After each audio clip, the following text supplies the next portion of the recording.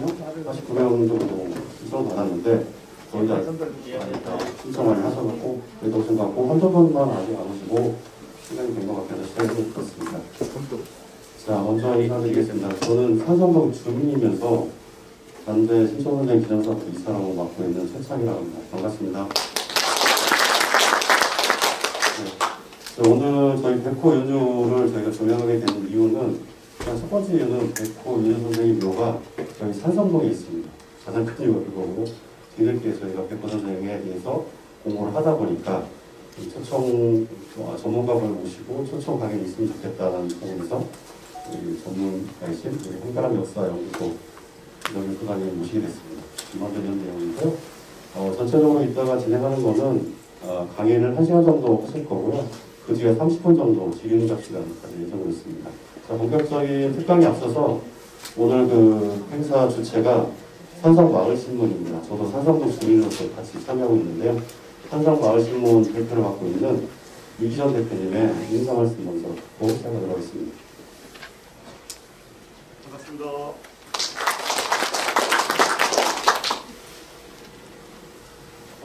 산성마을 신문을 지금 6년째 저희가 22호째 촬영하고 있고요. 저희 마을이 역사 문화가 특히 많고 관제 신시호 선생님이 계시고 또 몰랐던 우리 백구 윤호 선생님이 계시고 그래서 저희가 11월부터 한 7번 정도 스터디를 좀 했어요. 그분을 알기 전에 우리가 공부를 하자. 그래서 특히 또 책상인 선생님하고 백남호 선생님께서 많이 도움을 주셨고 오늘 초청 강연의 마을신문에서 다른 불구하고 이들 선생님 오셨습니다. 박수 한번 주시죠. 그리고 저희가 이 강연 끝나면 4월달하고 5월달 한 4번 정도 스터디를 신문계 책으로 공부를 해야 합니다. 관심 있으신 분들은 꼭 연락을 주십시오. 하여튼 오늘 아무쪼록 좋은 특강이 됐으면 좋겠습니다. 고맙습니다.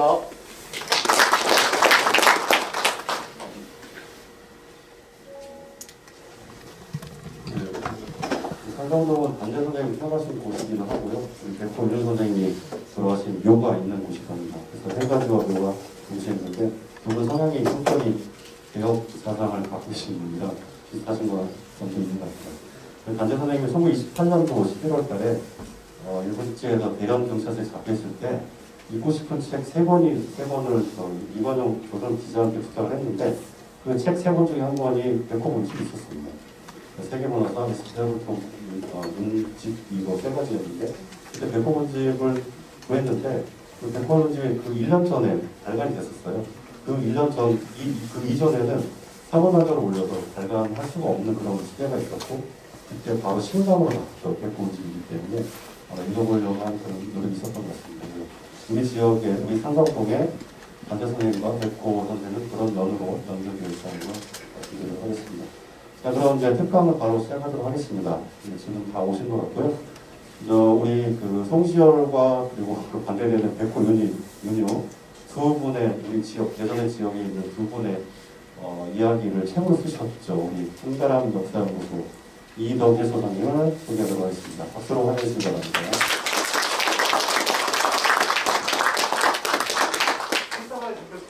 우리 산성 도시물에서 대표로 꽃다발, 화장의 꽃다발 감사드립니다.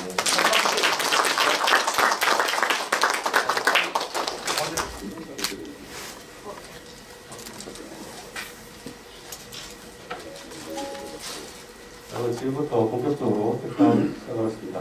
이처진 대단의 백호 윤유의 주제입니다. 백호 윤유 선생은 아는 분들도 없었어요. 그런데 거의 현대사를 이렇게 비교하면은 예를 들어서 우왕과 백호의 관계는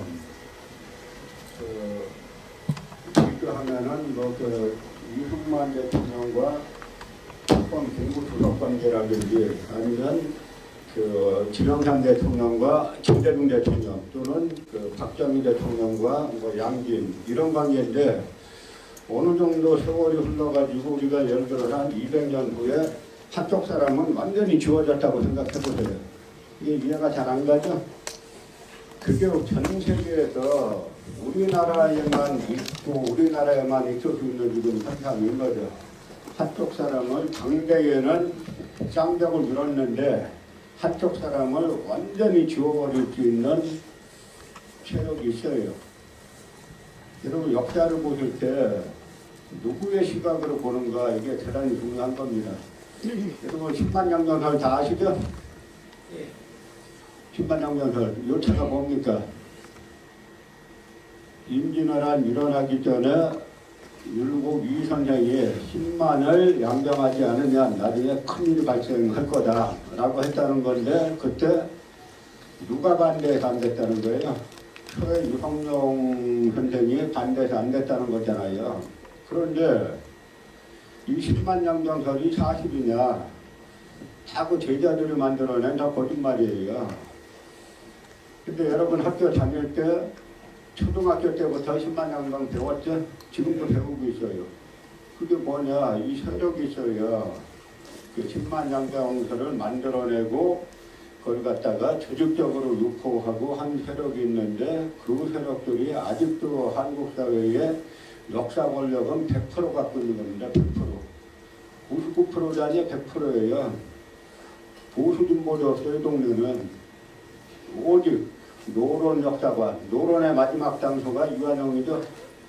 노론 역사관. 플러스 이들이 그러니까 나라를 팔아먹었으니까 일제강점기 땐 일본하고 또 한편이 됐다가 해방 이후에 친일 세력이 다시 살아나면서 또 살아나가지고 여러분들의 우리나라 국민들의 역사관을 100% 장악하고 있는데 이 사람들이 역사를 다 쓰는 거예요. 그러니까 당대에 조턴 실턴 우왕통솔과 쌍벽을 이뤘던 양거두인데 한 명을 갖다 완전히 죽어버릴 수 있는 겁니다. 이게 놀라운 거예요. 한 사람을 갖다가 막 욕할 수는 있죠. 권력 잡았으면은 우왕통솔한테 섬긴 백호윤우 해가지고 막 욕해서 쓸 수는 있는데 욕할 필요도 없이 지워버렸어요. 이 구도가 놀라운 구도라 하는 이야기입니다. 그러면 제가 그 우왕통솔에 관한 책을 쓰고 백호윤우에 관한 책을 썼는데 쓰면서 판단 기준이 있어야 되잖아요. 이름 있다고 훌륭한 거 아니고 이름 없다고 훌륭하지 않은 것도 아니고 그 역사학자가 역사서를 써서 누구를 평가할 때는 평가의 기준이 있어야 되는 거예요. 그 평가의 기준이 뭐냐? 평가의 기준이라는 건 지금도 마찬가지입니다. 지금도 우리가 어떤 정치가를 평가할 때 뭘 갖고 평가를 해야 되겠어요? 가장 중요한 건 우리 시대가 어떤 방향으로 나가야 되는데 그 방향을 지향하는 정치가 그 방향의 아젠다를 제시하고 그 방향으로 나라를 사회를 이끌어가는 정치가를 평가를 해야 되겠죠. 그럼 그런 평가 기준으로 뭐 보자는 겁니다. 조선이라는 사회가 참 개창될 때 고려가 왜 망하고 조선이 왜 들어섰나? 그 두 가지 이유예요. 항상 그때나 지금이나 같습니다. 뭐냐면 하나는 경제적인 불평등이 극대화되면은 그 사회 망하는 거예요. 또 하나는 신분제가 극대화되면 망하는 겁니다. 조선 처음 들어섰을 때 이제 삼봉정도전이 개국 프로그램 짜잖아요. 그래서 삼봉정도전이 개국 프로그램을 짤 때는 그 당시 고려 말에 문란했던 토지제도, 그러니까 고려 말의 토지제도라는 것은 한 집안이 그 지역 땅을 다 갖고 있는 거예요. 대전하면 한 집안이 대전 전체 땅을 다 갖고 있는 겁니다. 형이 대전에 사는 많은 사람들 땅 한 평이 없어요. 그러니까 결국 그 사회는 망할 수밖에 없게 되는 건데, 그래서 삼봉정도전이 조선을 개창하고 과전법을 휘치해가지고 토지 문제 해결했죠. 그 다음에 태종 이방원이 종부법, 그러니까 그 고려 조선은 신분이 다른 부모 사이에서 난 자식의 신분은 어머니를 따르게 하는, 어머니 신분을 따르게 하는 종모법이었는데, 이 경우는 옛날에 부모의 신분이 다르면 대부분 어머니가 첩인 거죠.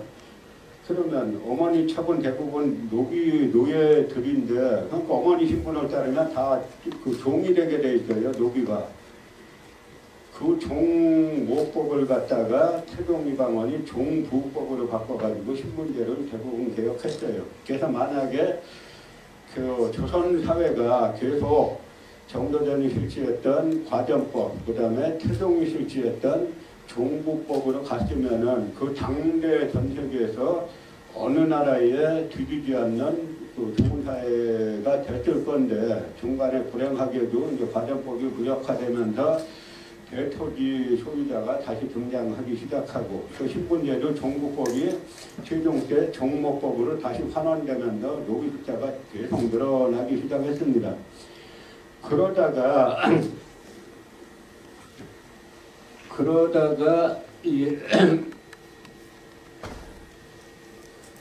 어떤 일이 발생하냐면, 여기 이제 군적 수포제라고 제가 써놨는데요. 그게 뭐냐면,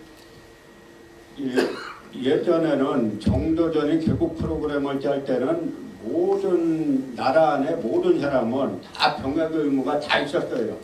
신분이 뭐가 됐든. 그런데 차차 양반들은 벗어나는 겁니다. 그 병역 의무에서 양반들은 이리저리 빠지기 시작하다가 중동 36년에 군적 수포제를 만들면서 병역 의무가 그전에는 한 사람이 병역 의무를 수행하면 두 사람은 공족이라고 해가지고 경제적으로 도움을 주는 거였는데, 이때 중종 36년에 군적 수포제로 이제는 군대 가는 대신에 1년에 두 필씩에 표를 내는 게, 요즘으로 하면 병역세를 예를 들어서 1년에 16세부터 60세까지 1년에 10만 원씩 병역세를 내면은 그걸 갖다 군대 가는 걸로 대신해준다, 이렇게 된 거예요. 그런데 문제는 이 군적 수포제에 군표를 내는 대상 중에 양반은 빠진 겁니다. 그러니까 많은 혜택을 누리는 양반들은 합법적으로 병역에서 면제가 되고, 가난한 농민들만 병역 의무를 지게 된 거죠. 그러니까 병역 의무를 견딜 수 없으니까 도망가죠. 도망가면 그 가족에게 씌우죠. 그게 족증입니다. 가족이 한 가족이 다 도망가니까 그다음에 누구한테 씌워요? 이웃에게 씌우죠. 그걸 갖다가 이웃 린자 써서 린징이라 그러죠. 그러니까 아침에 눈 떠보면 한 집안이 없어졌어요. 우리한테 씌우겠네 하니까 한 마을이 다 도망가는 겁니다. 그런 상황에서 저 군적 수포제를 한 지 약 50여 년 있다가 임진왜란이 발생했잖아요. 그 임진왜란 때 조선은 망하는 거예요. 왜냐하면 노비 출신들이 그 우리나라에서 역사 설명하려면 힘든 게, 여러분들 집안 물어보면 전부 다 양반 사대부 집안이잖아요. 조선의 양반 숫자, 진짜 양반 숫자는 3%에서 5%밖에 안 돼요. 나머지는 전부 다 상민들인데, 양민들인데, 지금 보면 100% 다 양반 자손이라는 거잖아요. 그러니까 역사 해석할 때 상당히 내가 200~300년 전에 태어났으면 노비로 태어났을 거야 라고 보는 것과 200~300년 전에 태어났으면 내 양반으로 태어났을 거야 라고 보는 것과 큰 차이가 있어요. 여기 계신 정도면 뭐 한 분 정도나 양반일까, 나머지 전부 다 상민이라고 보시면 돼요. 그 상황에서 일본군이 쳐들어오니까 노비들이 자기가 자식 나면은 자기 자식 대대로 노비가 되는데 그 사회를 위해서 누가 목숨 걸고 싸우겠어요. 그래서 성조가 신립이 창금돼서 패전했다라는 이야기를 듣자마자 집부터 사자나 도망가려고 서울 도성에서 싸우지도 않고 도망갔죠. 개성까지 도망갔어요. 개성에서 선조가 이제는 개성에서 전열을 재정비해갖고 싸워야 됩니다. 막 이야기하니까 선조가 이야기 다 듣고, 야, 평양까지 얼마나 남았냐. 그 다음 얘기가 뭐냐면, 적병 중에 반이 우리 백성이라는데 사실이냐. 우리 백성들이 일본군에 데리고 가담했어요. 여러분이 노비 같으면 안 하겠어요?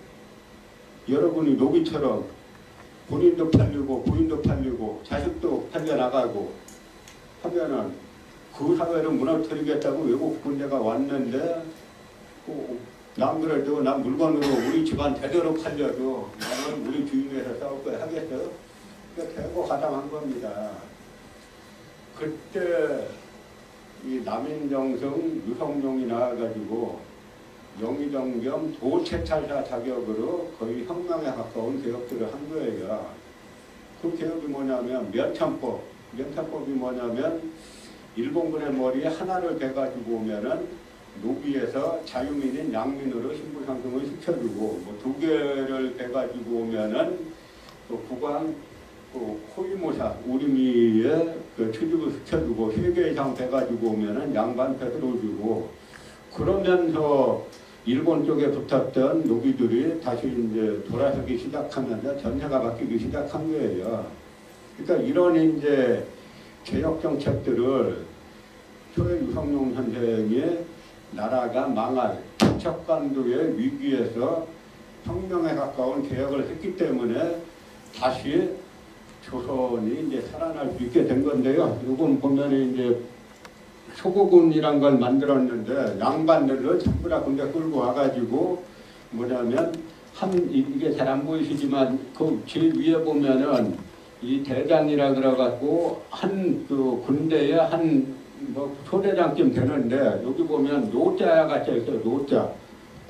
그 노비가 소대장이 되고 일반 양인들이 그 밑에 있게 되는 겁니다. 그래서 초에 유성룡 선생이 이런 식의 혁명에 가까운 신분제 개혁을 하면서 조선이 다시 살아나게 된 거예요. 그랬더니 임진왜란이 끝날 때가 되니까 일본에서 조조미 히데요시가 세상을 떠났어요. 철군령이 내려옵니다. 이때 당시의 진나라, 명나라 수군제도 진린이 어떻게 하냐면 철군령 내려왔으니까 조선에 있던 일본군들이 이제 도망가려고 해요. 그러니까 진린에게 막대한 뇌물을 줍니다. 그냥 우리 퇴각할 테니까 그냥 보내달라. 그러니까 진린이 유승진 장군에게 말하죠. 뭐 도망가겠다는데 보내줍시다. 하니까 유승진 장군이 안 됩니다. 딱 거절하죠. 내 적을 침범한 외적은, 내 땅을 침범한 외적은 단 한 명도 살려보낼 수 없습니다. 라고 해가지고 마지막 노량해전이 벌어지는데 이 노량해전에 대해서 그 당시 그 조경남이라는 의병장이 쓴 기록을 보면은 유승진이 빨간 옷을 입고 북채 들고 진도에서 지휘하는 거예요. 그래서 그 당시부터 유승진 장군이 자살했다라는 자살설이 그때부터 있었던 겁니다.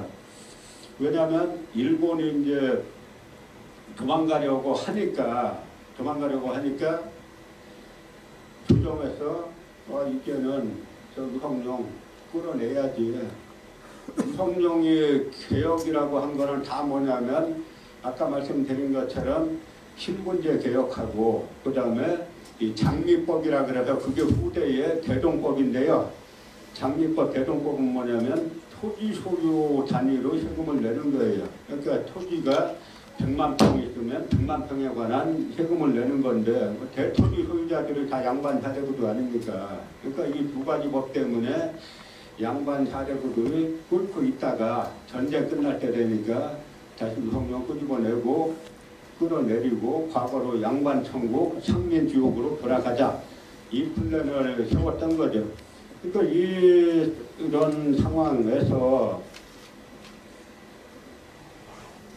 유성룡이 공격을 당하니까 한산도에 있던 이순신 장군이 시국일이 왜 한결같이 이 모양으로 흐르느냐.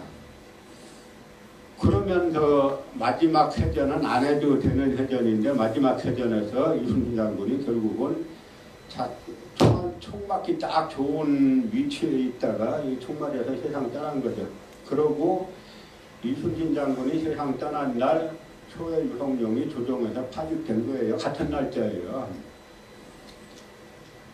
그리고 나서는 여기 이렇게 보신 대로 남이공이라는 사람이 유성룡이 국정을 담당한 6, 7년 동안에 홀전도감에서 소고군이 뭐냐면 아까 말씀드린 것처럼 양반들도 전부 다 군대로 군역임으로 지운 거고 그 다음에 장미법이란 건 아까 말씀드린 대로 토지 단위로 세금을 부과하는 거고, 여기에 소유의 천안신분을 발탁하여, 그러니까 이 소자와 노비들을 발탁해서 배수를 주었다, 그러니까 끌어내야 된다라고 해서 우성룡이 또다시 이제 실각이 된 거죠. 근데 이런 상황에서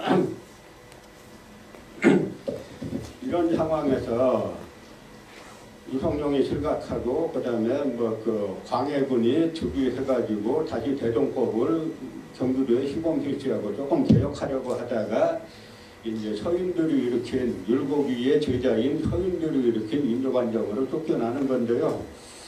우리는 인조반정 하면은 뭐가 좋은 걸로 배워왔잖아. 훌륭한 걸로 학교에 다 그렇게 가르쳐 왔어요. 그럼 왕조국가에서 왕을 쫓아냈는데 왜 쫓겨났냐? 요즘도 우리나라 역사학계엔 전부 다 조선 사는 사람은 100%, 그냥 99.99% 전부 다 노론 입장에서 써요. 또 광해군 왜 쫓겨났냐? 결국 하는 게 뭐 궁궐기다 쫓겨났다는 거예요. 그러면 궁궐기다 쫓겨나면 조선에 궁궐기 있는 임금들 다 쫓겨나야지. 결국은 이제 광해군이 북인들을 중지하다 보니까 이 서인이 쿠데타를 일으켰는데, 쿠데타를 일으키려고 하다 보니까 명분이 있어야 되잖아요. 그 명분의 가장 큰 중요한 명분이 뭐냐면 조선 왕은 왕이 아니라는 겁니다. 명나라 황제가 왕이고 조선 왕은 명나라 황제의 신하라는 거예요. 제후라는 거죠. 그런데 광해군이 후금과 명나라가 분쟁할 때 어떻게 했어요? 등거리 외교를 했죠? 양쪽에 한쪽 편 들지 말고 조선의 이익을 국제화하는 외교 정책을 폈죠. 그것이 이제 임금을 배신했다. 임금인 명나라 황제를 배신했다. 그러니까 쫓아내야 된다. 그러니까 이 서인들이, 율곡이의 제자들이 갖고 있는 신분제관은 뭐냐면 명나라 황제가 임금이고 조선 황제는 임금이 아니에요. 자신들과 같은 신분인 겁니다. 4대부 중에 그냥 제일 4대부예요. 그러니까 여기에서 예성논쟁이라는 게 나올 수 있는 거예요. 그래서 백두 대낮에 광해군을 서인들을 쫓아냈으니까 그 서인이 나중에 노론 호론으로 갈릴 때 서인의 핵심이 이제 그 노론이 되는 건데요. 이 시스템이 지금까지 계속 내려오고 있는 거예요, 우리 사회에.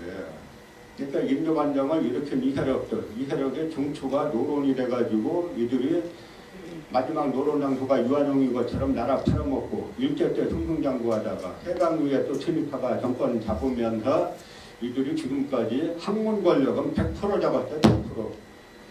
서울의 연고대 할 것 없이 모든 전국의 모든 대학교 사학과는 다 이쪽 사람들이고, 여기서 다른 말하면은 학비 안 주고 내쫓고, 그런 식으로 지금까지 그 사회가 유지되어 온 건데요. 그러다 보니까 이제 군약신강이라는 말, 이 말은 제가 한 말이 아니고 정말 저 말 때문에 조선에서 여러 명의 역관이 또 사용당했는데, 효종임금이 세상 떠났잖아요. 나이 40에. 그러다가 그 다음에 현종임금이 32에 또 세상 떠났어요. 그 40에 세상 떠나가지고 청나라에 가서 이제 세상 떠났습니다. 또 이야기했죠. 그 다음에 현종임금 또 죽으니까 또 이야기했어요. 그러니까 청나라 황제가 몇 살이냐? 너희 나라는 왜 그렇게 임금들이 일찍 죽냐 이거예요. 그러면서 너희 나라는 임금이 약하고 신하가 강해서 군약 신강, 백성들이 고생이 많다. 근데 그 말을 실제 그 청나라 황제가 했냐 안 했냐 가지고 나중에 여러 명의 역관이 사형당하는 사건이 발생하는데요. 역관들이 그런 말을 만들어내겠어요. 자기 자칫하면 죽을 수 있는 건인데. 그러니까 임금은 약하고 신하는 강한 거죠. 이 강한 신하가 신하 전부가가 아니라 서인과 노론을 이야기하는 겁니다. 근데 이런 상황에서 어떤 일이 발생하냐면 이 사람들은 이 노론과 이 남인이 이제 둘인데 하나는 탕남이라 그래서 우리가 막걸리를 뭐라 그래요? 탁주라 그러죠. 흐리잖아요, 술이. 그다음에 청주는 물이 맑죠. 그래서 남인은 남인인데 소인 같은 남인들은 상남이라 그러고 정책에서 별 차이가 없는 허적을 비롯한 이런 사람들은 상남이라 그러고 정책 차이가 뚜렷한 백호윤을 중심의 당을 갖다가 이 청남이라고 하는 거예요. 근데 이 양자의 차이는 지금 우리나라 정당들 뭐 정권 교체를 해가지고 뭐가 있을 것 같이 하지만 별로 바뀔 거 없어요. 뭐 민주당이 자거나 국민의힘이 자거나 별로 바뀌지 않아요. 정책 차이가 별로 없어요. 정권 잡기 위해서 마치 대단한 차이 있는 것처럼 늘 이야기하는 거죠. 그 뿌리가 뭐냐면 해방 공간에서 북탕수 같은 경우는 나치와 싸웠던 좌파 레지스탕수 계열들이 사회당을 만들고 나치와 싸웠던 우파 레지스탕수 계열들이 인민전선을 만들어가지고 친일 세력을 친나치 세력을 다 숙청했잖아요. 약 10,000명에서 30,000명까지 사용시켰다는 거죠. 그러고 나서는 이쪽에 사회당이 되고 한쪽에 이제 국민전선 돼가지고 여야가 그 전국을 운영했기 때문에 거기서는 똘레랑그란 말이 나오는데 우리나라는 자유당 그 친일 정당인 자유당이 이승만 중심으로 권력을 잡았다가 그 다음에 야당인 한민당이 친일 주주정당인 한민당. 그래서 옛날에 뭐 박정희 정권 때나 이때 보면 야당 지도자들이 돈이 더 많아요. 친일 주주정당이기 때문에. 그 뿌리가 지금 그대로 이 한민당 후예가 민주당이에요. 그나마 YS나 DJ나 노무현 전 대통령이 성격을 조금 바꾸려고 했는데 지금 민주당 와갖고는 도로 그대로가 한민당으로 가지 않았나 뭐 그렇게 보이는데 그러다 보니까 별 차이가 없죠. 정권 바꿔도. 정권 핵심부에 있는 자기들 처지나 바뀐 거지 일반 국민들 입장에서는 바뀌는 게 없습니다. 그런데 이 당시의 노론과 청남을 비교해보면 노론은 극도의 사대주의죠. 청남은 상대적 자주주의고 그 다음에 노론은 주자학 절대주의 그 다음에 청남은 주자학 상대주의 그 다음에 노론은 신분제를 강화하자는 거고 청남은 신분제를 완화하자는 거고 그 다음에 노론은 북벌을 반대한 세력이고 청남은 북벌을 강력 추참했는데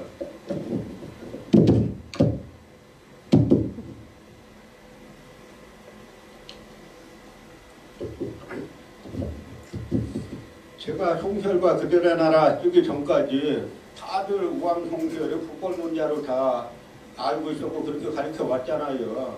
저는 아까 말씀드린 것처럼 우왕송설을 휴종일관 북벌 반대했어요. 그러면은 우왕을 높이는 사람들이 책을 쓰려면 어떻게 써야 됩니까? 우왕은 북벌 반대했다. 왜 반대했냐? 뭐 그 당시 국력으로 되겠냐? 뭐 그 당시 국방력 가지고 되겠냐? 이렇게 얘기해야죠. 그건 지금으로 말하면 전두환을 갖다 민주화인사라고 100년, 200년 이후에 민주화운동을 이끌 민주화인사라고 얘기하는 것하고 다를 바가 하나도 없는 거예요. 그러면 이 양 정당의 차이를 보면 특히 이제 신분제에서 보면은 여기 여성분들도 계시지만 지금 우리나라 이제 남녀 상속법이 비로소 이 남녀 똑같잖아요. 얼마 안 됐잖아요. 조선 중기까지 상속법이 그래서 똑같았어요. 남녀 차별 전혀 없었습니다. 그래서 조선의 여성주의가 상당히 높았어요.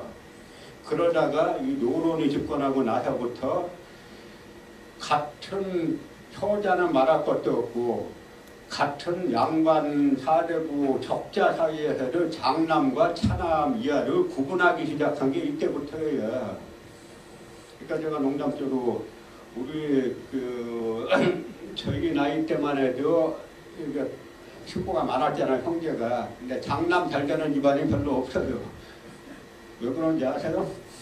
너무 집안 내에서 불공정 게임에 익숙하다 보니까 사회 나가면 그걸 장남이라고 봐주지 않잖아요. 그래서 안 되는 게 많은데 그것도 우리가 오래된 것 같지만 물론 심정적으로 부모들이 다 장남을 심정적으로 높이는 건 있었지만 그게 재산 상속이나 이런 데에 차등을 둔 거는 이 노론이 집권하고 나서 차등을 뒀지 그전엔 차등이 전혀 없었어요. 근데 이런 와중에 이제 인조반정 이후에 결국 이제 소현세자가 독사를 당하고 그 다음에 효종은 자기가 왕이 되려고 해서 된 인물은 아니에요. 효종이 자기 형인 소현세자를 뭐 독사를 했다거나 그렇게 한 건 아니죠. 이 보니까 소현세자가 그 10년 가까이 청나라에 인질로 가서 보니까 세상이 바뀐 거예요. 그 보니까 이제 소현세자가 청나라를 인정하는 쪽으로 그 역사관을 바꿔가지고 오니까 인조반정을 일으킨 그 서인이 소현세자를 죽이고 원래 조선이란 나라는 이 장남이 세상 떠나면은 그게 그 장남의 아들에게 가게 돼 있는 거지 그 동생에게 가는 게 아니에요. 그런데 그 당시 소현세자의 장남인 석철이 원혼으로 다 있었음에도 불구하고 석철을 다 내쫓고 그 석철을 나중에 제주도 귀양 가서 죽죠. 다 그렇게 하고 나서 효종을 왕위로 삼았는데 효종은 자기가 왕이 되려서 된 건 아니지만 내가 왕 됐는데 그냥 성과를 내가 뺏은 건 아니지만 내가 왕이 됐으니까 효종은 내가 뭘 해야 될지 효종은 국보를 하겠다라는 거였죠. 그 효종이 진짜 국보를 하려고 하니까 급해진 세력이 서인 세력들이에요. 이 서인들은 그 광해군이 등골 외교한다는 걸 갖다가 명분 삼아가지고 쿠데타를 일으켰는데 쿠데타를 일으키고 나니까 외교 정책을 갖고 쿠데타를 일으켰으니까 그 다음에 집권하고 나서 외교 정책을 완전 반청 친명으로 돌아했잖아요.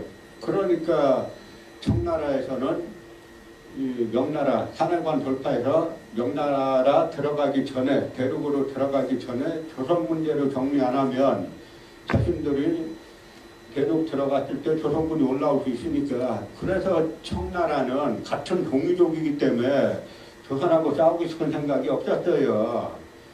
그런데 인조반정 세력들이 수명 반청 기치를 내거니까 할 수 없이 정려호란 일으키고 그 다음에 또 이제 그 병자호란을 일으킨 거죠. 그래서 그 결과 결국 소현세자가 끌려갔다 9년 만에 와서 독살당하고 효종이 왕이 됐는데 효종이 왕이 돼서 진짜 국보를 주창하니까 이 송절 쪽에서 이 서인 쪽에서 급해진 거예요. 이 서인들은 말로만 국보를 하는 거고 말로만 국보를 해서 명나라에 대한 충성을 과시하는 걸로 국내 정권을 유지하는 건데 이 한국 4대주의의 목표는 항상 국내 정권 유지예요. 그 4대 하는 그 대상의 목적이 있는 게 아니에요. 지금도 친일하든 친미하든 결국은 핵심은 국내 정권 유지가 가장 중요한 그 모토인데 효종이 진짜 폭발하려고 하니까 급해졌죠. 그러니까 이제 사사건건 효종에 폭발하려고 그러면 어떡합니까? 폭발하려고 그러면 뭐 해야 돼요? 군사 길러야죠. 그 사사건건인 걸 반대하니까 나중에 효종이 이 귀의 독대라는 걸 합니다. 이 조선이라는 나라는 임금과 신하 사이에 독대를 아주 엄격하게 금지한 나라예요. 둘이 절대 못 만나게 했어요. 반드시 승지와 사관이 배석해가지고 기록을 다 남겨야 돼요. 지금 우리나라 아직도 국무회의 기록을 안 남겨요. 웃기는 나라예요. 진짜 지금 누가 뭘 반대했고 누가 뭘 찬성했는지 없어요.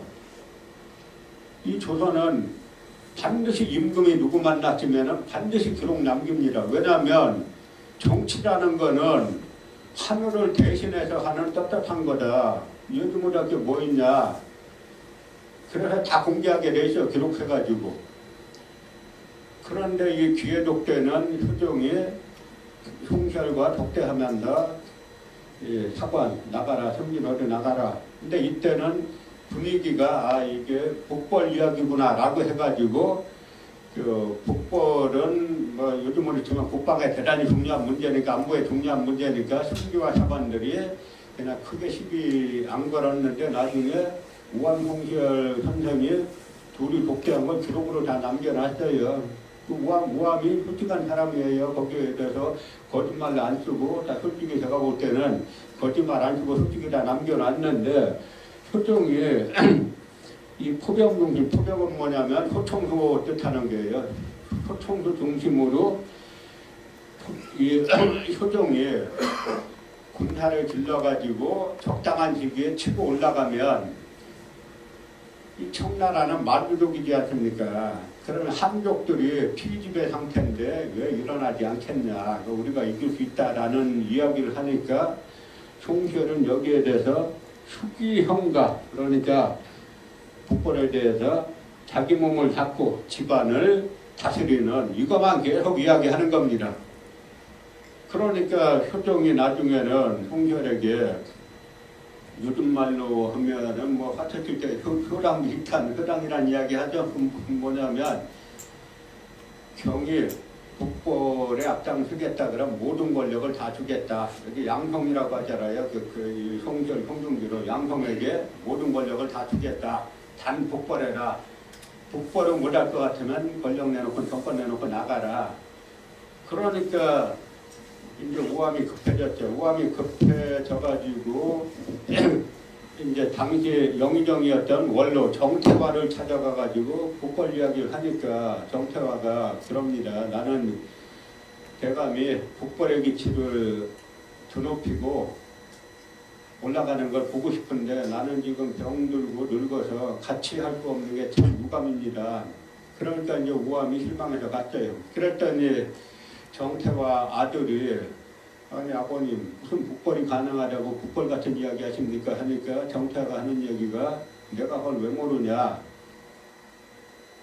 우암이 날 찾아온 거는 내 입에서 북벌 찬성한다라는 한마디만 나오면은 나한테 다 뒤집어 쓰이고 자기는 빠져나가려고 한 거라 내가 그렇게 얘기한 거다. 그러면서 뛰는 놈이에 기는 놈이 있다 라는 그런 말을 한 걸 기록에 다 남아 있어요. 그러다가 한 달 조금 남짓 지난 다음에 이 효종이 40대인데 갑자기 세상을 떠났어요. 떠났는데 제가 조선왕 독살 사건이라는 책을 썼잖아요. 그 조선왕 독살 사건의 논리가 뭐냐면 인조반정 이후에 또 조선 초기에는 그 휴양대군이 일으킨 쿠데타, 괴유정난 이후에 이 거대한 공신집단들이 형성되는데 허약한 왕들이 이 공신집단하고 맞서다가 갑자기 왕이 죽어주는 걸로 왕이나 세자가 죽어주는 걸로 계속 갈등이 해소되는 패턴이 반복되는 거예요. 그 소현세자가 그 이국 땅에서 9년을 잘 살고 와갖고 한 달 만에 갑자기 죽죠. 그 다음에 효종이 송시열과 독대하고 난 다음에 또 갑자기 세상 떠나죠. 효종의 아들 현종이 정권을 소인에서 남인으로 바꾸는 와중에 또 갑자기 세상 떠나요. 그 다음에 경종이 노론을 갖다 제거하고 소론을 쓰는 와중에 또 갑자기 죽고, 그 다음에 정조가 마찬가지로 그렇게 죽고, 그 다음에 순조의 세자인 효명세자가 또 노론 좀 보려고 하다가 갑자기 죽고, 이게 계속 이것이 반복되는 패턴이니까 제가 요게 조선의 정치 구조를 설명하는 한 코드가 될 수 있겠다라고 해서 이제 책을 쓴 건데요. 효종이 종기가 났는데 종기를 침으로 찢었는데 혈락을 범했다 그래요. 그러니까 그건 뭐냐면 혈관을 터뜨린 거죠. 그래서 피를 다발로 쏟고 세상 떠났는데 혈락을 그 종기를 침으로 찢은 어리 심각이로 조사했더니 수전증이 있어요. 이 조선이란 나라 어이들 수준에 실제로 여성들 같은 경우 뭐 왕비수 없으니까 실을 이렇게 빼고 진맥 본다 그러자는 실제 진맥 보는 사람들이에요. 그런데 용안에 손을 대는 어이가 수전증 손 떨리는 증상이 있는 어이가 용안에 손을 댈 수가 없잖아요. 다 그런 구조가 있는 건데 그래서 이제 효종이 세상을 떠나면서 1차 예성 논쟁이 발생하는데 이 예성 논쟁 때 백호 윤호 선생이 최초로 전국에 이제 파란을 일으키면서 등장하는 건데 벼슬을 하는 분은 아니에요. 임금이 세상 떠났는데 그때 자이대비 조씨 그 인조의 그 후비죠. 그 인조의 두 번째 왕비인 자이대비 조씨가 살아 있었어요. 그래서 이 자이대비 조씨의 상복을 얼마 동안 입어야 하느냐 가지고 벌어진 게 1차 여성 논쟁인데 왕조 국가에서 왕이 세상 떠났으면 모든 사람이 3년복 입는 게 유교 국가에서는 만약 명나라에서 뭐 1년복 어쩌고 하면 그 자체로 다 사용당합니다. 그런데 조선에서는 제가 아까 말씀드렸잖아요. 인조반정의 논리 중에 하나가 조선왕과 우리 서인 사대부는 같은 계급이다. 그러니까 소종이 세상 떠났는데 둘째 아들이라는 거죠. 근데 차마 이제 그렇게 말하기는 이제 둘째 아들이라 1년복을 입어야 된다. 이야기는 힘들죠. 그런데 우암송시열이 이제 1년복으로 결정하고 나서 그 당시에 이제 우암 못지않게 유명한 학자가 당대 최고의 학자가 백호윤유였으니까 백호윤유에게 그 당시 사람들 그 양반 사대부가 아까 제가 말씀드린 것처럼 한 3%밖에 안 된다 그랬잖아요. 다 얽히고 설쳐 있어요. 그래서 사람을 보내가지고 백호윤유에게 물어봅니다. 그 효종이 세상 떠나셨는데 근데 1년복을 추청하려고 하는데 백호는 어떻게 생각하느냐라고 물어보죠. 그랬더니 그 자리에 백호의 사랑방에 남인 학자들이 좀 마침 모여 있었는데 그때 취규 이류라는 학자가 우암 그 사람 예법을 좀 아는 줄 알았더니 예법 기본부터 상례비호부터 다시 봐야 되겠네. 왜 그렇습니까? 하니까 그 사람이 말하는 거야. 사가의 예법이지 어찌 그 예법을 왕가에 주겠는가. 그 한마디가 핵심인 겁니다. 왕가에 쓸 수 있는 예법이 아니에요. 왕조국가에서 왕이 된 거는 하늘에 천명을 받았잖아요. 천명을 받아서 왕이 됐는데 둘째 아들, 셋째 아들 따질 수가 없는 거예요. 그래서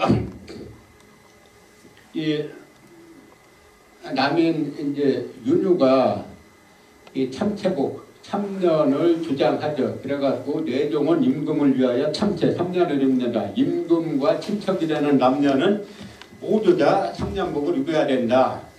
라고 주장합니다. 이 와중에 이제 윤선도 남인 이제 윤선도가 나와가지고 이제 윤선도도 우암과 아주 이제 정적 사이예요. 윤선도는 사실 효종이 대군 시절 때 사부였기 때문에 상당히 이제 높이 올라갈 수 있었는데 이제 우암 쪽하고 사이가 안 좋아서 계속 이제 밀려나 있었죠. 그러니까 윤선도는 또 성격이 아주 또 윤유보다도 어떤 측면에서는 과감하게 말하는 스타일이에요. 그러니까 윤선도가 상소를 올렸는데 아니 대통을 받아서 왕이 됐는데도 3년복을 입지 못한다 그러면 그럼 우리나라 임금은 가세자나 서팡제냐 라고 상소 올리니까 소인들이 저 윤선도 반드시 죽여야 된다 라고 해가지고 결국 죽음의 위기에 처했다가 겨우겨우 죽음에서 면제돼가지고 삼수에 이제 귀양을 갔죠. 그러다가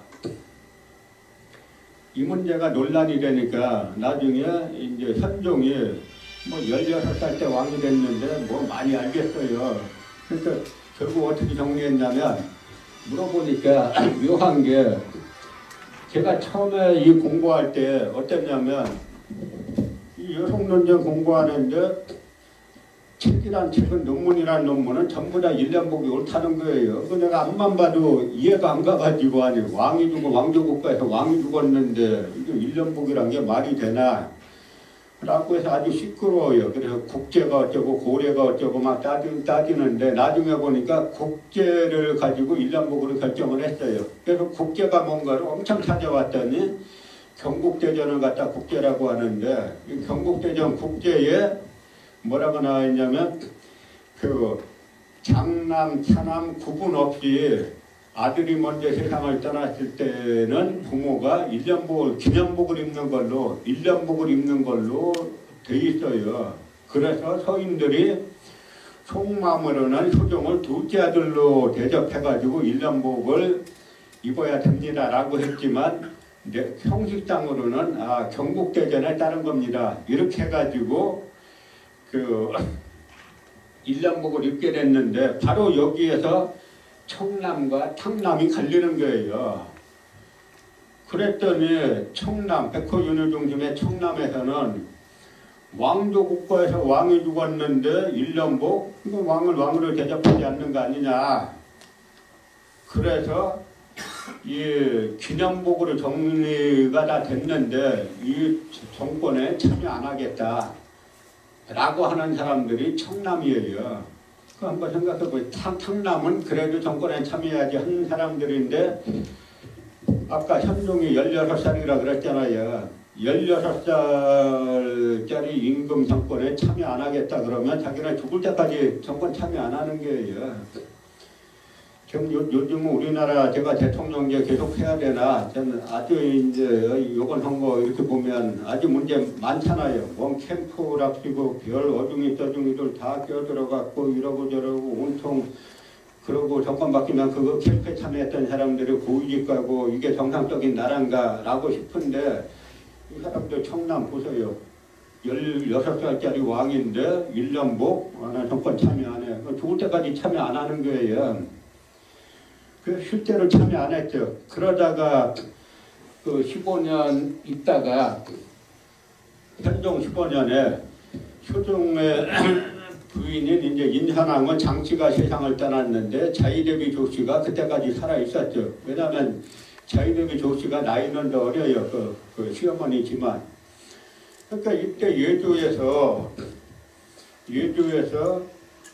상복을 의정해서 올렸는데 처음에는 1년복을 입어야 됩니다. 만며느리니까 1년복을 입어야 됩니다라고 올렸다가 보니까 15년 전에 효종이 세상 떠날 때 하고 복이 같잖아요. 그러니까 이거 뭔가 이상합니다. 다시 해야 되겠습니다. 라고 해서 다시 의정해서 결정해야 됩니다라고 예주에서 현종에게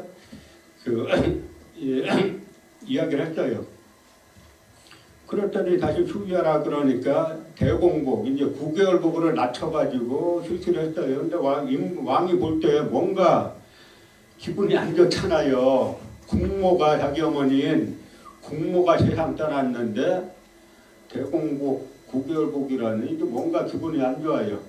그러던 와중에 대구에 사는 환감넘은 유생인 도신징이라는 유생이 대구에서부터 걸어 올라와가지고 상소문을 올리려고 하니까 승정원에서 안 받아줘요. 우여곡절 끝에 한 달 이상 거적 무릎 꿇고 앉아 있다가 우여곡절 끝에 상소문을 현종에게 전달했습니다. 그 핵심 내용은 뭐냐면 이 경국대전이 묘하게 돼 있는 게 아들이 먼저 죽었을 때는 부모가 1년복을 입기로 돼 있다 그랬잖아요. 근데 며느리가 먼저 죽었을 때 또 구분을 해놨어요. 웬일인지. 며느리가 먼저 세상 떠났을 때는 부모가 중자 큰 며느리, 장제 며느리 이하는 9개월복, 대공복을 입게 돼 있어요. 그러니까 저 도신증 대구 유생이 상소에서 분명히 15년 전에 예송 때는 국제 경국대전에 따라서 1년복을 입었다고 했습니다.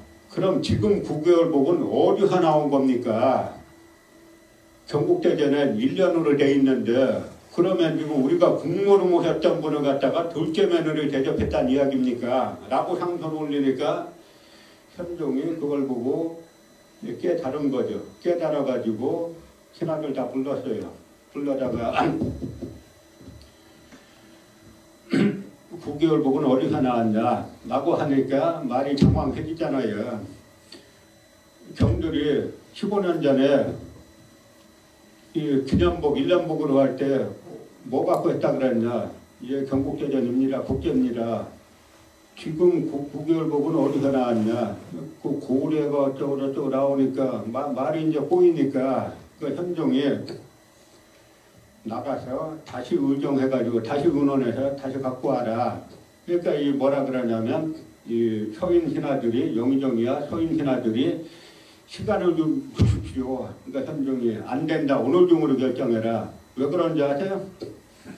시간을 주면은 사람을 여기 회덕사는 홍수열 우암에게 보내가지고 우암에 5달에 바꾸라 하는 거예요. 그러니까 안 된다. 오늘 중으로 해라.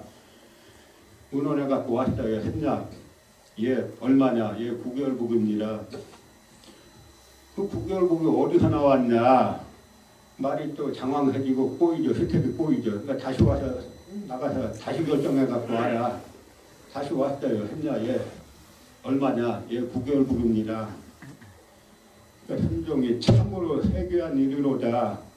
너희들이 선왕의 은혜를 그렇게 두텁게 입고도 선왕에게 그토록 박하게 하면서 누구에게 그토록 후하게 하고자 하는 거냐?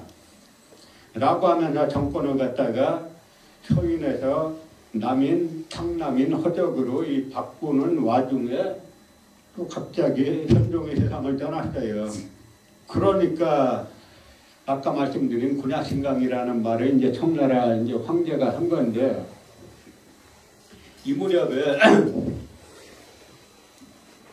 무렵에 이제 숙종이 왕이 됐는데 숙종이 뭐 만 13세 이 무렵에 되니까 뭘 알겠거니 하는데 숙종 뒤에서 김석두가 또 이제 조종을 해가지고 다시 이제 정권을 계속 이제 남인에게 주는 걸로 했는데 그 직전에 어떤 일이 있었냐면 청나라에서 3번의 난이라는 게 일어나요. 청나라가 만주족들인데 나중에 그 오삼계가 찬해관을 마지막 하북성에 있는 찬해관 거기가 이제 만리장성이 그 가장 이제 동쪽까지 왔을 때가 하북성 찬해관인데요.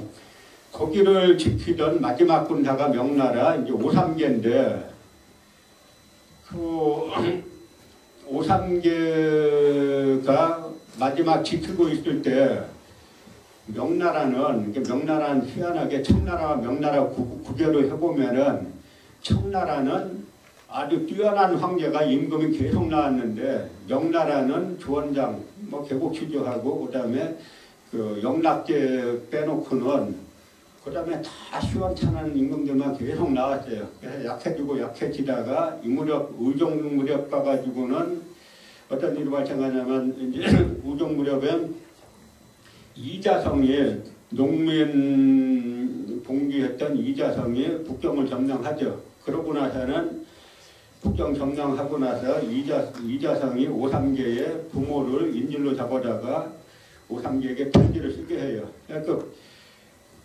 이미 다 끝났으니까 이제 이자성한테 붙어라라고 하니까 오삼계가 붙으려고 하는데 그다음 또 소식 올라오는 게 중국사가 재밌어요. 오삼계가 진원원이라는 자기 애인이 있는데 그 애인을 갖다가 이 이자성의 부장이 가로챈 거예요. 나중에 그 소식 듣더니 오삼계가 내 산하 대장부가 돼가지고 내 애인 하나 못 지키는데 무슨 산하 대장부냐 하면서 청나라 쪽에 붙은 겁니다. 그래서 청나라하고 손잡고 내려오면서 삽시간에 청나라가 다 장악을 하게 되는데 그러니까 나중에 의종이 명나라 마지막 황제 의종이 저 자금성 뒤에 가면 지금도 의종이 자살했다는 나무가 있어요.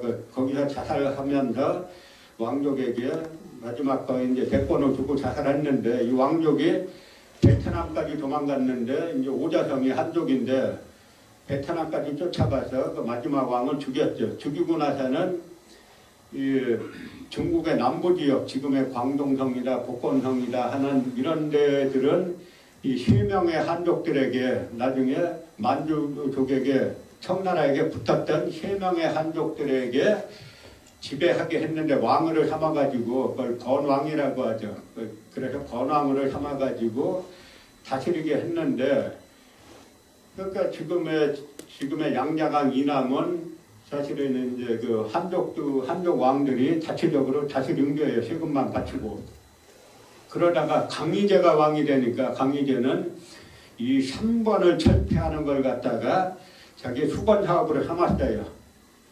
이제 이러는 와중에 이 3번을 차지했던 왕들이 다 요동 출신이에요. 그러니까 이제 이 사람들이 그 강희제에게 자기가 이제 죽을 때가 돼갖고 요동으로 돌아가고 싶습니다라고 했는데 그렇게 하면은 그럼 네 아들에게 그 지역을 계속 다스리게 하고 왕을 삼아 다스리게 하고 너는 요동 가서 서라 할 줄 알았더니 그래 요동록하고 아들에게 안 준 거예요. 그러니까 오삼계가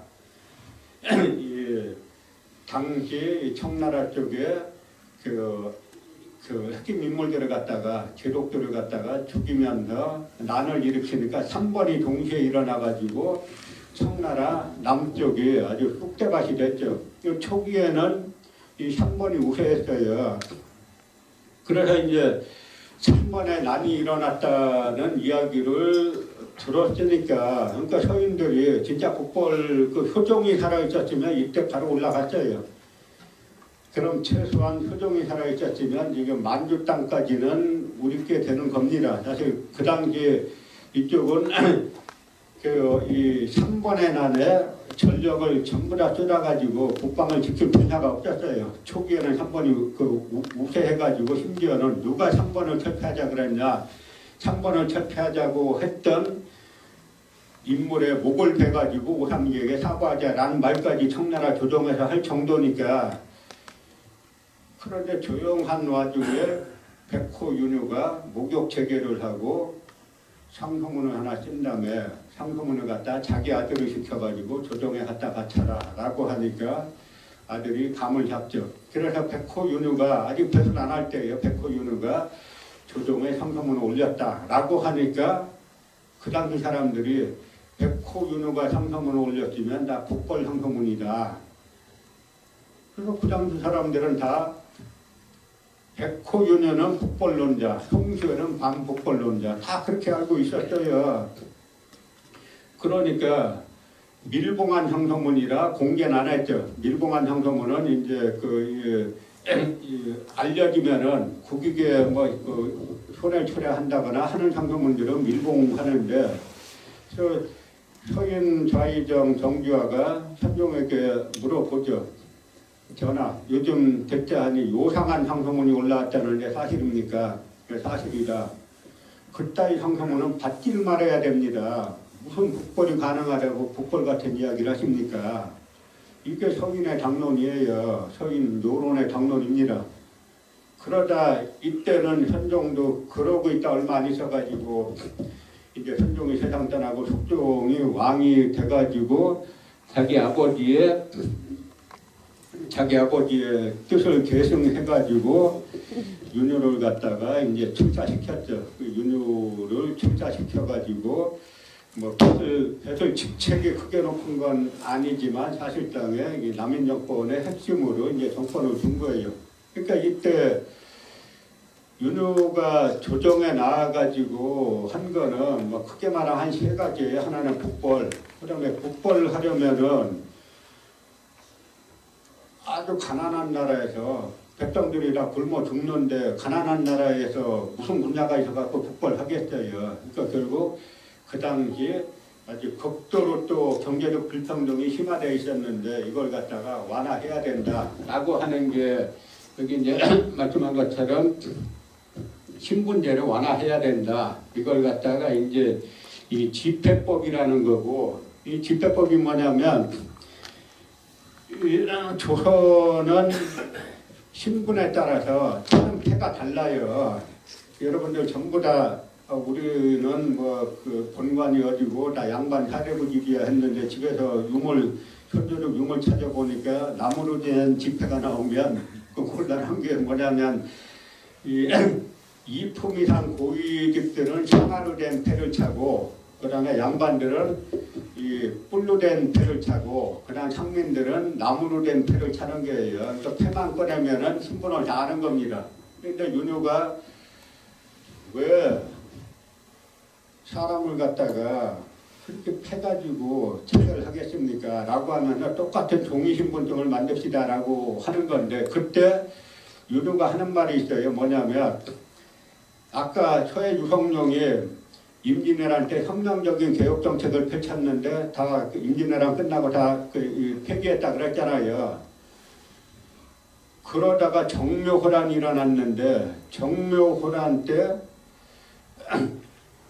안주성을 갖다가 그 후금군이 포기를 했는데 당시에 평안감사 윤헌이 병사들에게 나가서 싸우자 그러니까 아무도 움직이지 않다라는 거예요. 그러더니 얼마 있다가 나가보니까 시끌벅적한 소리가 들려가지고 나가보니까 병사들이 다 호패를, 나무 호패를 다 저기다 싸놓고 병사 그 관찰사에게 쟤들 보고 나가서 싸우라 그래요. 쟤들 보고 너도 임진왜란 때다 신분제 철폐 것처럼 해놓고 나서 끝나고 나서 다시 신분제 돌아와가지고 전쟁 나니까 왜 또 우리 보고 나가서 싸우래? 쟤들 보고 나가서 싸우라 그래. 백호윤호 선생이 숙독에게 이 얘기를 하면서 그래서 정묘헌한테 삽시간에 무너진 겁니다. 정묘헌한 병자헌한 때는 의병이 안 일어나잖아요. 양반들 싸움인데 의병이 왜 일어나겠어요?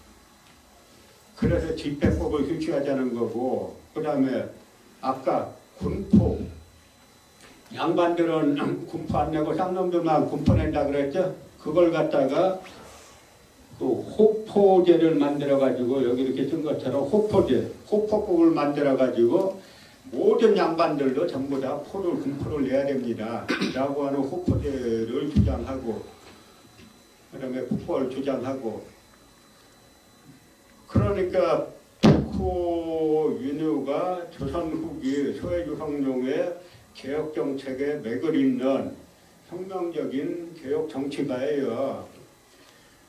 그러다가 이 숙종이라는 인물이 어린 시절에 왕이 돼가지고 사람 많이 죽이고 이노치 저노치 마감해 이제 한 인물인데 나중에 3번의 난이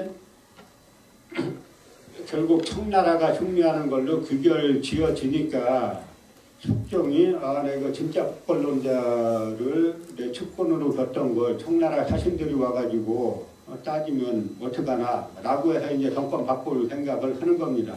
그 정권을 갖다가 이제 갈아치웠는데 그걸 갖다가 이제 경신 서인에게 다시 정권을 줬는데 그걸 갖다가 제가 처음에 공부할 때 다 경신 대출척 이렇게 전했어요. 그 출척이 뭔가 보니까 소인들이 쫓겨나고 군자가 들어와서 착한 사람인 군자가 들어와서 정권 잡는 게 출척이에요. 그 앞에 대자까지 써놔가지고 경신 대출척 해서 서인들이 다시 이제 정권을 장악한 건데 그 서인들이 정권 장악하고 나서 대대적인 정치 보복이 일어나는데 핵심은 결국 윤후를 살려줄 수 없다 하는 이야기죠. 왜? 신분제를 다 흔들었잖아요. 신분제를 흔들고 그 다음에 양반 사대부들한테도 군대가 병역제를 내라 그러고 했기 때문에 반드시 죽여야 된다. 또 하나는 뭐냐면 이 주자학을 갖다가 절대주의체에서 상대주의체로 끌어내렸다는 거죠. 백호윤후가 중용이라는 책을 썼는데 중용에 주석을 단 거죠. 그 중용은 지금 안 남아있죠. 백호가 쓴 거는. 근데 그 중용이라는 책은 그 처음에 누가 쓴 거냐면 그 공자의 손자인 자사가 쓴 거예요. 그런데 거기에 성리학이란 게 뭐냐면 주자학이라는 게 백성과 남송에서 정오 정의 형제를 정자라 그러고 주의를 주자라고 하는데 그래서 우린 성리학이라 그러지만 중국에서는 정주학이라 그래요. 정자와 주자 이렇게 해가지고 그게 뭐냐면 이 사람들이 사서를 높이 띄우는데 사서가 노노맹자 중용대학이에요. 근데 노노는 뭐 공자의 어록이고 맹자는 맹자의 어록인데 중용대학은 원래 그렇게 중요한 책이 아니었는데 예지라는 책에 있던 한 편들인데 이 정자 형제도 정호 형제하고 주의가 이걸 독립된 책으로 끄집어내가지고 주의가 주석을 단 거예요. 장과제로 구분하고 주석을 달았는데 주자학이란 게 뭐냐면 그냥 주의가 한 거 외우는 거예요. 그 오한통절이 그랬어요. 더 이상 공부할 필요 없다. 이 주자가 만세의 도통으로서 모든 이치를 다 꿰뚫어가지고 주자학을 만들었기 때문에 우리는 주자가 한 거 외우기만 하면 되지 따로 공부할 필요가 없다. 그런데 백호 선생이 공부를 해보니까 주의 해석하고 자기하고 다를 수가 있잖아요. 그래서 이제 주의 해석하고 달리 이 중용의 장과 절을 나누고 주석을 다르니까 송시열이 우암송시열이 네가 감히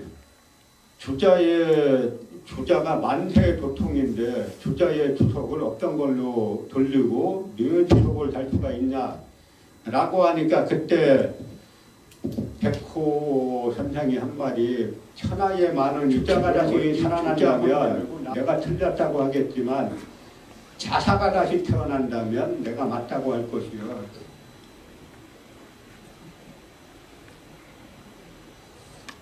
우리나라 대학들이 시원찮잖아요. 그렇게 많은 돈을 전 세계에서 국고 제일 많이 받는 대학이 서울대인데 국제 대학 순위 조사해 보면 한참 아래잖아요. 서울연구대 말할 것도 없고. 그게 뭐냐면 아직도 시스템이 주작 시스템이라 그래요. 우리나라 사람들이 IQ 조사해 보면 유대인하고 코리안들하고 똑같이 IQ 수준이 제일 높아요. 그런데 유대인들은 세계 인구의 0.몇 프로인데 0.3%인가 4%인데 노벨장은 유대인들이 거의 3분의 1 타잖아요. 그럼 어릴 때부터 유대인들은 남들이 유대인이라고 천대해도 유대인들은 어릴 때부터 탈무드 교육 받지 않습니까? 자기네는 성민의 자식으로 받잖아요.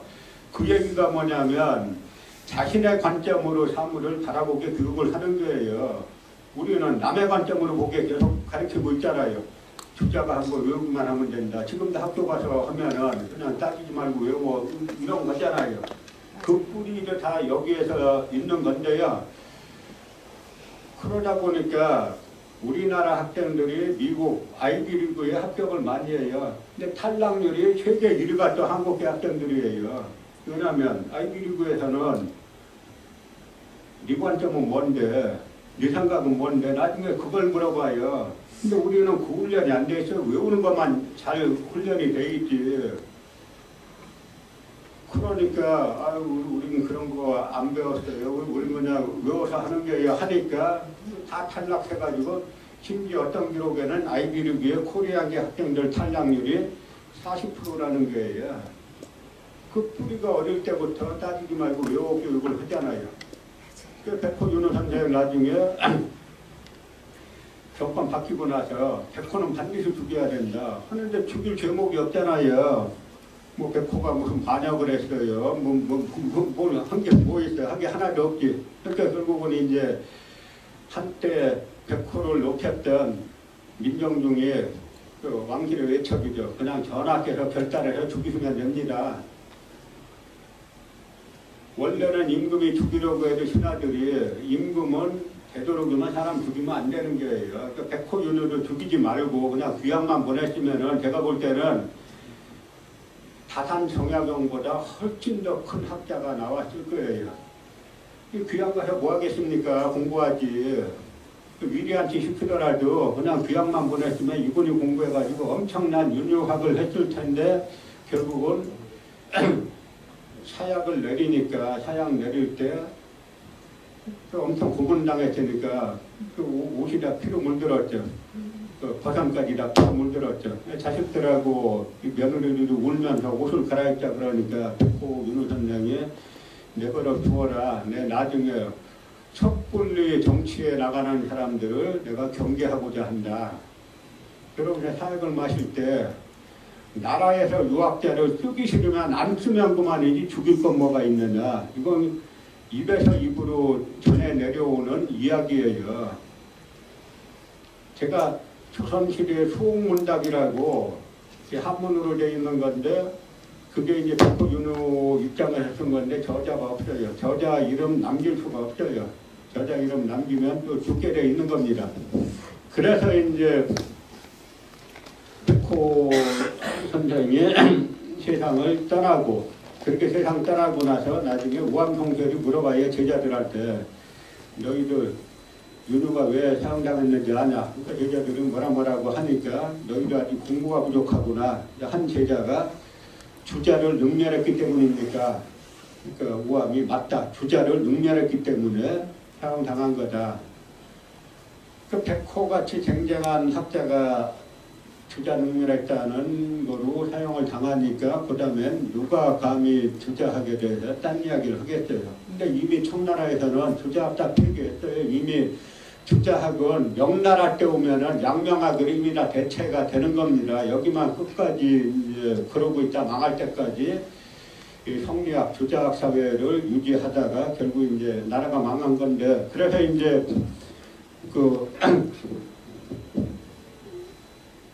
이 눈을 사용시키고 난 다음에 서인들이 정치 공작을 해가지고 남인들 여러 명을 죽이죠. 그래서 그 정치 공작이 옳으냐 그르냐를 가지고 서인들이 분당하는데, 정치 공작이 옳다, 우리 당을 위해서 한 거다라고 하는 당파가 이 노론이고, 그 다음에 소론,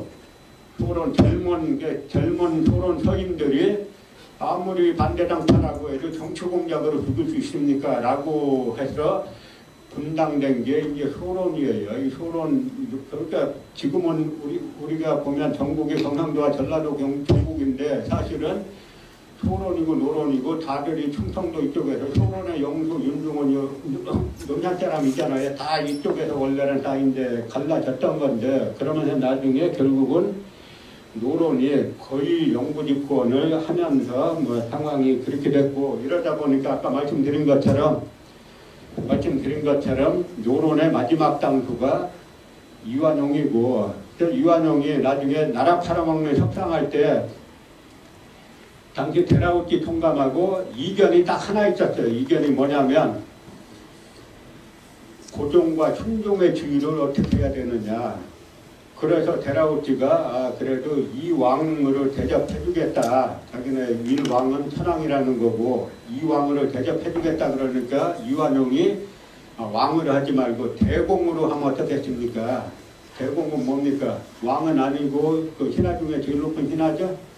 여기서 인조반정의 논리가 그대로 나온 거잖아요. 그러니까 이 세력들이, 이 노론 세력들이 아직도 학문계, 역사학계는 100% 잡고 있어, 100%. 그래서 아직도 그래서 문재인 정권 때 가야사를 복원하라 그랬더니 임날공부사로 복원해가지고 유네스코 등재하려고 하다가 뭐 제동 걸리고 하는데, 이 문제 해결 못하면 이 나라는 나라라고 볼 수가 없어요. 아직까지도 노론 역사관, 일제식민사관 하다 보니까 요즘은 중국 동북공정까지 옹호하고 나오죠. 그러니까 시진핑이 트럼프 만나서 한국은 역사적으로 중국의 일부였다라고 한 게 이 나라 역사학자들 논리를 중국 시진핑은 다 보고받고 있는 거예요. 근데 이 나라 역사학자들이 펴는 정책이 뭐냐면 삼행화 정책, 역사에 대해서 온 국민이 무식하게 만드는 정책. 그래서 역사는 우리가 하는 거니까 우리가 하는 거 가지고 외우기만 하면 된다